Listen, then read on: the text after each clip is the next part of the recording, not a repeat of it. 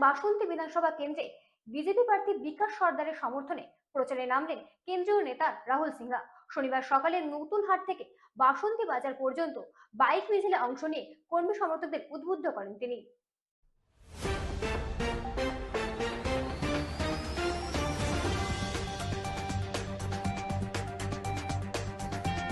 128 বাসন্তী বিধানসভা কেন্দ্রের বিজেপি প্রার্থী বিকাশ সর্দার, তারই প্রচারে এলেন বিজেপির কেন্দ্রীয় নেতা রাহুল সিনহা। শনিবার সকালে এক বাইক মিছিলে অংশগ্রহণ করেন তিনি। এদিন বাসন্তীর নতুন হাট থেকে বাসন্তী বাজার পর্যন্ত বাইক মিছিলে অংশগ্রহণ করে বিজেপির কর্মী সমর্থকদেরকে উদ্বুদ্ধ করেন তিনি।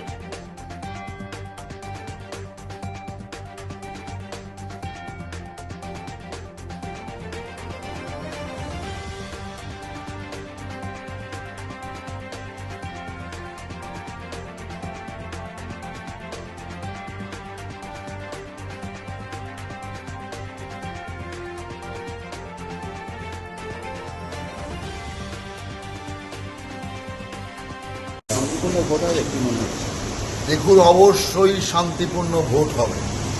বাসন্তীতে যারা অশান্তি করবার চেষ্টা করবে তাদের এবার জেলখানায় থাকতে হবে। ভোটটাও দেখতে পারবে না, ভোটটাও শেষ পর্যন্ত দিতে পারবে না। অতএব পরিষ্কারভাবে ইলেকশন কমিশন কড়া হাতে মোকাবেলা করবে বাসন্তীর অবস্থা।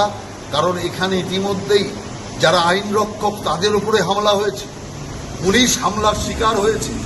অতএব বাসন্তীকে ইলেকশন কমিশন পাখির চোখ করে দেখবে এবং যারা বাসন্তীকে তেজে অশান্তি তৈরি করার চেষ্টা করবে, মানুষকে ভোট দান থেকে বিরত করবার চেষ্টা করবে, তাদের বিরুদ্ধে কঠোর দণ্ডমূলক ব্যবস্থা অবশ্যই ইলেকশন কমিশন নেবে।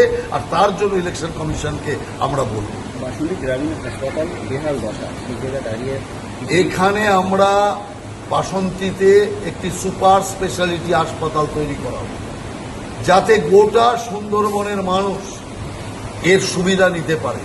অতএব চিকিৎসা ব্যবস্থা, যোগাযোগ ব্যবস্থা, আর তার সাথে সাথে এখানে মৎস্য এবং নৌচালন ব্যবস্থা সমস্ত কিছুরই আরও বেশি উন্নতি সাধন আমরা করাবো। কেন্দ্রে বিজেপি সরকার, রাজ্যে বিজেপি সরকার, ডবল ইঞ্জিন সরকার হলেই তবে বাসন্তীর উন্নয়ন হবে। আর বাসন্তীতে যদি বিকাশ করতে হয়, আমরা বিকাশকে দাঁড় করিয়েছি। বিকাশ ছাড়া বাসন্তীর বিকাশ হবে না। সেই কারণে বিকাশের মাধ্যমেই বাসন্তীর বিকাশ হবে, এটা আমরা বিশ্বাস করি।